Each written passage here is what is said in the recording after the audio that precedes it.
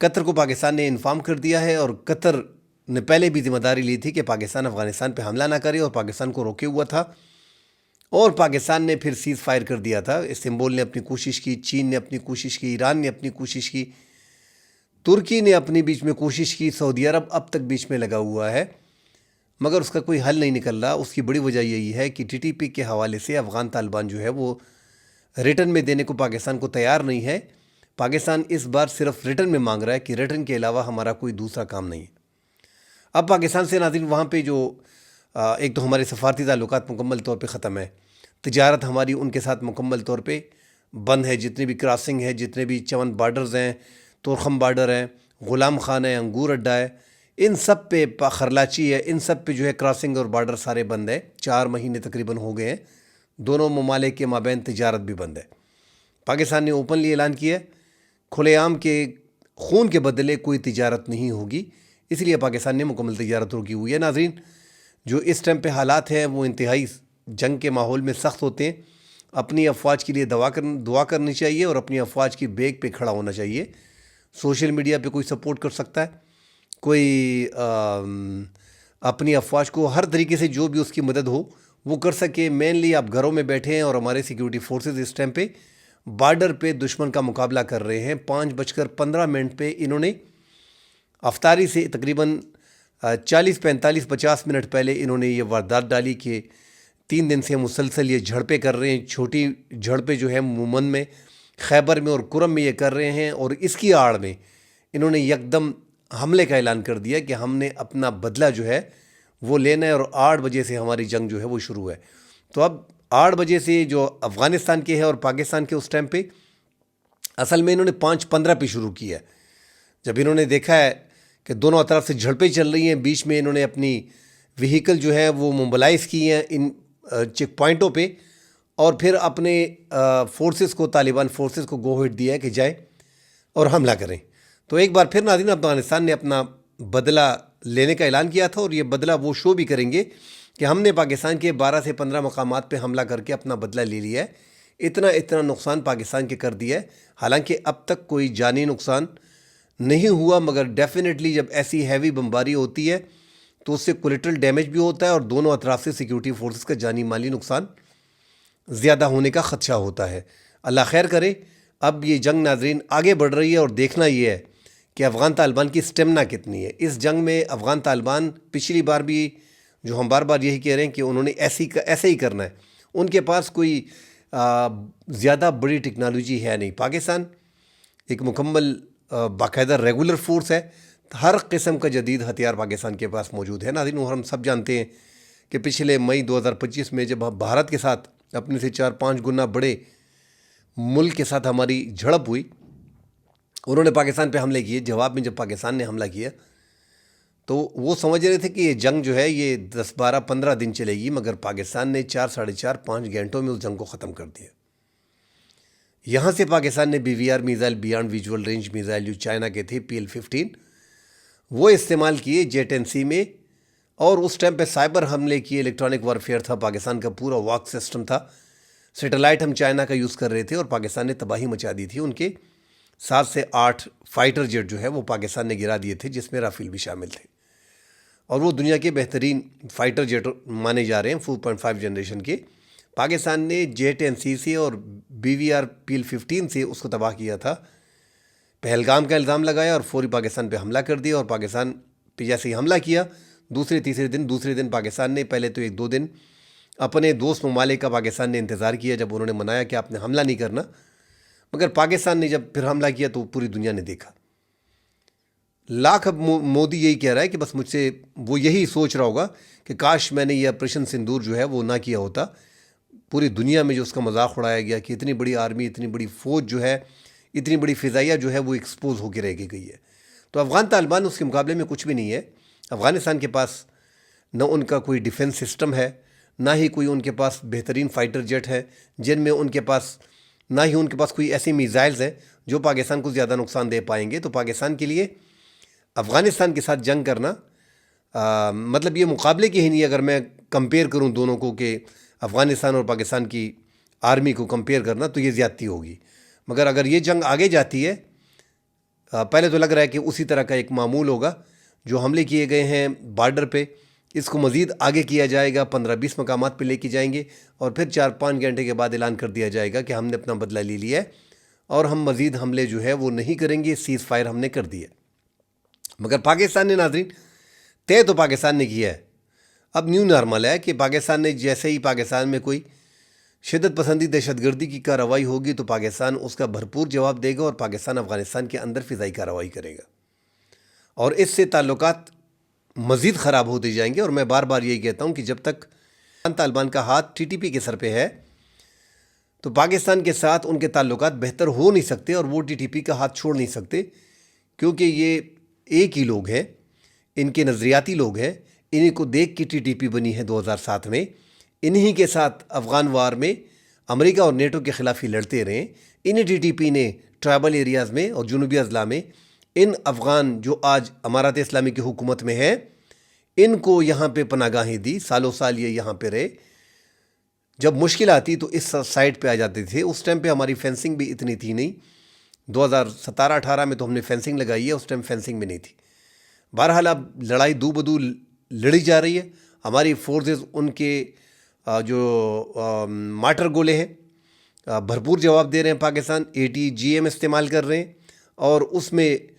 زیادہ تر ان کی جو ٹینکس ہیں اور ان کی پوسٹیں ہیں ان کو نشانہ بنایا جا رہا ہے۔ تو نورستان میں، ننگرہار میں اور کنڑ میں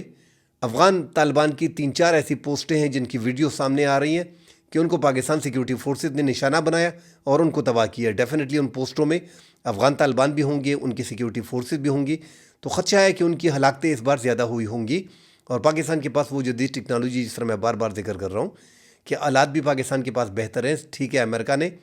$7.2 بلین کا اسلحہ ان کے لیے چھوڑا ہے، مگر پھر بھی پاکستان کی ایک ریگولر فورس ہے اور پاکستان کے پاس وہ تمام تر ضروریات ہیں کہ پاکستان ان کا مقابلہ آسانی سے کر سکتا ہے، اور اگر یہ جنگ آگے جاتی ہے تو افغان طالبان کے لیے مشکلات ہوں گی۔ اگر پاکستان کا اللہ نہ کرے کوئی بڑا نقصان ہوتا ہے تو پھر پاکستان افغان طالبان کی موجودہ حکومت پہ بڑا وار کر سکتا ہے، اور یہ افغان طالبان کے لیے بڑی مشکل ہو جائے گی۔ آپ فرض کریں، کیونکہ ان کا کوئی فضائی دفاعی نظام تو ہے نہیں، ان کے آسمان، ان کی فضائیہ ہمارے لیے ان کی جو حدود ہیں، فضائی حدود ہیں، وہ ہمارے لیے بالکل اوپن ہے پاکستان کے لیے۔ پاکستان کے ڈرونز کسی بھی ٹائم وہاں پہ، اور زیادہ پاکستان کو فائٹر جیٹ وغیرہ بھیجنے کی ضرورت ہی نہیں ہے۔ جو 72 وکنجی ڈرون پاکستان کے پاس ہیں، اگر وہی شروع ہو جاتے ہیں تو 1-2 دن اگر وہ بمباری کرتے ہیں تو افغانستان کی حکومت اس سے بھی ختم ہو سکتی ہے، یہ غاروں میں پھر آپ کو ملیں گے۔ تو اب اللہ خیر کرے، دونوں سائڈ پہ مسلمان ہیں، جنگ ہونی بھی نہیں چاہیے، رمضان بھی ہے، عام عوام کا بھی نقصان ہوتا ہے، مگر چونکہ پاکستان کے شدت پسند دہشت گردوں کو انہوں نے اپنے ہاں پناہ دی ہوئی ہے، اور پاکستان اس ٹائم پہ ناظرین بلیڈ کر رہا ہے، لہو لہان ہے خیبر پختونخوا اور بلوچستان، مکمل انسرجنسی ہے۔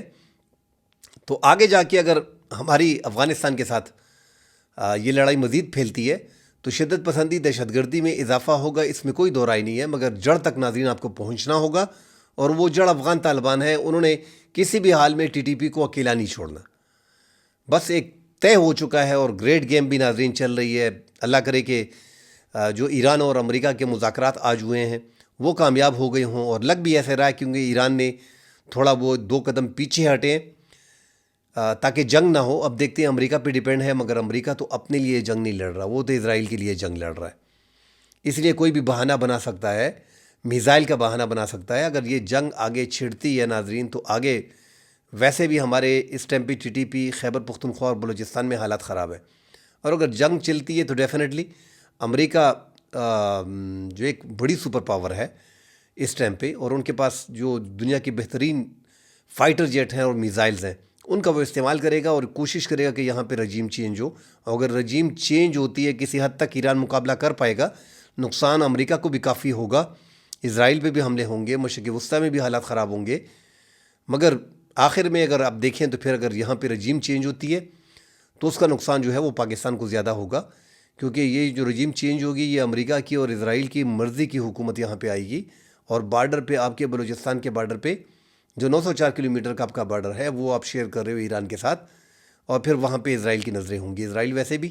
افغانستان کے تھرو اور بھارت کے تھرو جو ہے وہ پاکستان کو گھیرنے کی کوشش کر رہا ہے، اور ایک گریٹ گیم امریکہ نے بھی شروع کر رکھی ہے جو اتنا $7.2 بلین کا اسلحہ چھوڑا ہے. تو امریکہ کے اپنے مفادات ہیں، بھارت کے اپنے مفادات ہیں. بھارت تو ڈیفینیٹلی پاکستان کو ایک دشمن کی نظر سے دیکھ رہا ہے. اسرائیل جو پہلا اسلامی ایٹمی ملک ہے پاکستان، اس کو گھیرنے کی کوشش کر رہا ہے. تو ایک گریٹ گیم اس خطے میں کھیلی جا رہی ہے. تو ان کے ذہنوں میں یہ ہے کہ یہ خطہ ڈی اسٹیبلائز ہو سالوں سال کے لیے، یہاں پہ چائنیز انویسٹمنٹ کو بھی روکنا ہے. تو ناظرین بہت سی گیمیں ایسی چل رہی ہیں اس ٹائم پہ،